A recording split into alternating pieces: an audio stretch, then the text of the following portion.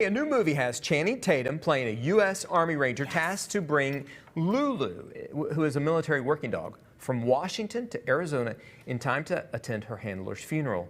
He also directed the movie. That's so cool. Our movie critic got to talk to Channing about the film. Family funeral Sunday outside of Nogales. They want his dog at the funeral. You do this, and you're back in the game.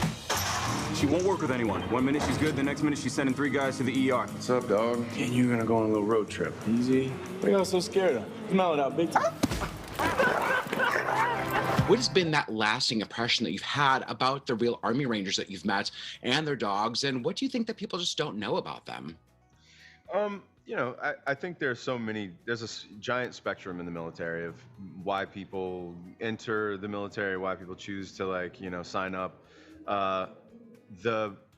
This specific group of soldiers are very, very, very specific, and then even more specific inside of that community of the Rangers, like, it's even smaller, that are dog handlers. And you know, we did a documentary called War Dog for HBO, and we just got to know some of them, and they were some of the most, like, hilarious and intelligent and wild characters that we had ever met. And then, you know, we're dog people as well, so we just, you know, we connected to, like, certain aspects of just what that bond is. So good. How'd you make her get out of your hand? I just talked to her. See, she's just a noodle. She just is so good. When these dogs come into the play, like, they just melt them. They just go right to their heart, and that's essentially what we related to, and we found fascinating, and wanted to tell, you know, what kind of the, I don't know, it's just like the Achilles heel is for humans in general, or, you know, or animals, I think, but specifically there's, you know, dogs are just these, like, magical creatures. Hey, coming up, Paul gives us his reviews of Dog and another new movie based off a video game. So find out if they are worth the trip to the movies. Can't wait. Paul McGuire-Grimes talking to Channing Tatum about the new movie Dog, and he joins us now with the review of it, Paul. Hi. I think a lot of people are going to enjoy this movie. It's 90 minutes, so okay, quick. Yeah. Like the first hour is pretty much a road trip type movie between this two hot-tempered characters. You know, this unruly dog, Channing Tatum, trying to go at it in this car. And then the half hour is really where, like, the emotional point comes in. They're talking about the importance that dogs have with members of our military. And I think that's where the movie kind of, and then if you're a dog owner, you'll want to have your Kleenex nearby. He doesn't die, don't worry, the dog does not die. God. But it just is an emotional movie, and I think that's what's great. And it brings attention to the members of our military and the dogs that are so important to them, and why that is. Because the dog's going to a funeral for his handler. Yes. Oh my gosh, that's the premise of the movie. Yeah. So this is Channing Tatum's first directorial debut, I guess. Yeah. So he's directing it with his friend Reed. Okay. Reed has written a lot of the Magic Mike movies as well. There's gonna be a third Magic Mike movie soon. Ooh, I can't wait for Channing that. talked about that in my interview. So you can go to my YouTube channel and hear a little bit more of that too. Okay. The real question: how many tickets? 3 out of 5 ticket subs. I think it's worth watching for sure. I think you'll get a lot out of it. Oh, that's PG-13 too, I think. Yeah. I mean, there's some things that'll go over kids' heads, so it's not totally kid appropriate. But Okay. yeah. Hey, yes, we like that. So you also got to talk to Tom Holland and Mark Wahlberg. Absolutely. I want your job. My goodness, it's about their new movie that is based on a video game. Both you turn your keys clockwise at the same time. Thanks a lot. You almost got me killed. Clockwise, Sully? Well, it was 50-50, so I made a guess. Clearly. I'm not a big video gamer, so I've not played the game, but I really had fun with the movie, so congratulations. Well, thank you. That was the goal, because the game itself is so cinematic. You know, it really is about great storytelling and a big action adventure. So we always knew that it would really translate well and adapt to a feature film and work for audiences that didn't necessarily know the game. But we first and foremost wanted to satisfy the gamers. I mean, it sold over 40 million copies, but we knew that this would be for anybody.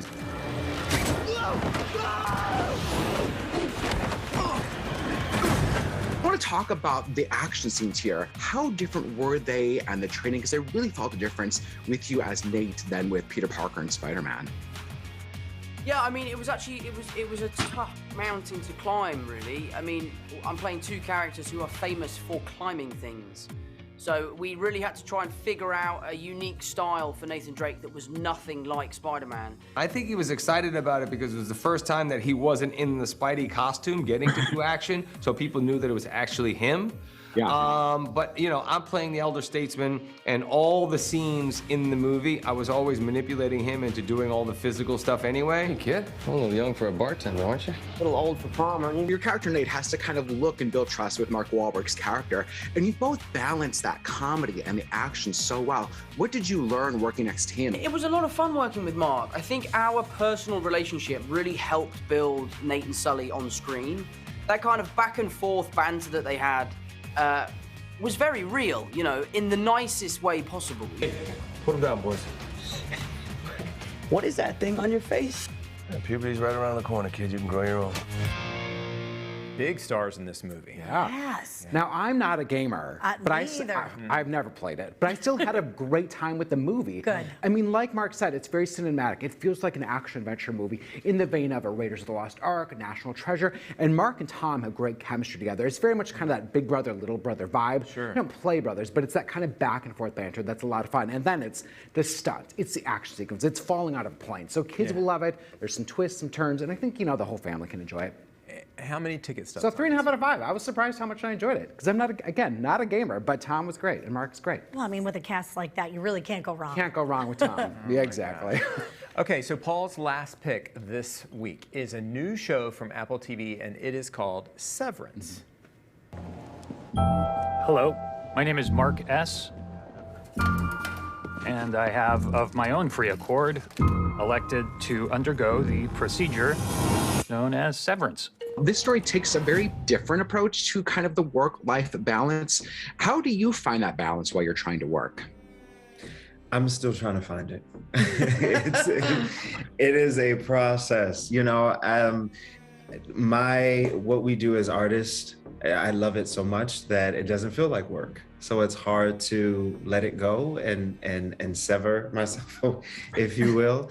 Honestly, I try to get outside, and like lately I've been playing a lot of basketball. Honestly, it just gets me into my body and out of my head. Hi kids, what's for dinner? We warned you. About the greeting? You were kidding. We hate it. How many reasons did we come up with? 8.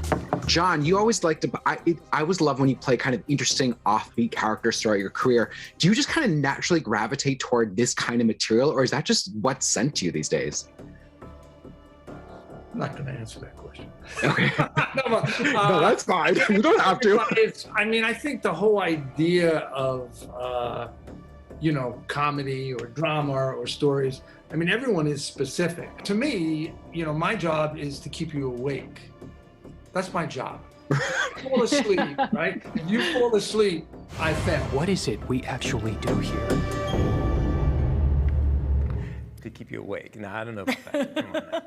Well, I love finding something new on Apple TV. So, yeah, Apple TV Plus, it's probably one of the most original and unique shows I've seen in a very long time. So the premise is that there's the Severance program where they implant a chip in you, and when you're at work, you forget everything about your home life. And when you're at home, you forget everything about your work. Wow. So when you are at work, two of these characters start to realize there's something nefarious going on behind the scenes. Something is wrong. Yeah. And as the show progresses, it's a thriller. It's set in the near future. You don't really know what's going to happen next.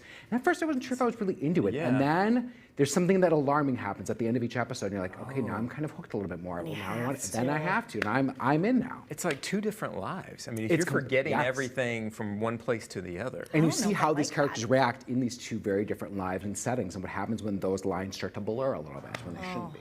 How many tickets? So 3 out of 5 for this. 3 out of 5 all around. I'll be curious to see how I like it by the end of it too, and if my thoughts change as we get deeper and deeper into the story. Okay, you'll have to keep us posted. Paul, you have got it going on. So you should do this. Visit Paul's website. It's paulstriptothemovies.com. He's got updates on the movies and all the streaming services too. Yep, absolutely. And you can listen to Paul on the Colleen and Bradley Show on My Talk 107.1 every Friday. Or, of course, you can watch him on his YouTube channel, which is also called Paul's Trip to the Movies. Well, TCL's movie trip is brought to you by Muska Lighting. Visit one of Muska's showrooms in Roseville or Eden Prairie. They can help you find the right light fixture for your space that is both beautiful and functional. We've got more TCL coming your way right after this. Thanks to Muska Lighting for sponsoring TCL's movie trip. Replace old and dated fixtures with a new light and change the look and feel of your home. Our mudroom fixture from Muska Lighting is a total showstopper. We get compliments from everyone who walks through the door. Talk to the experts at Muska Lighting in Roseville and Eden Prairie for help finding the perfect light for you.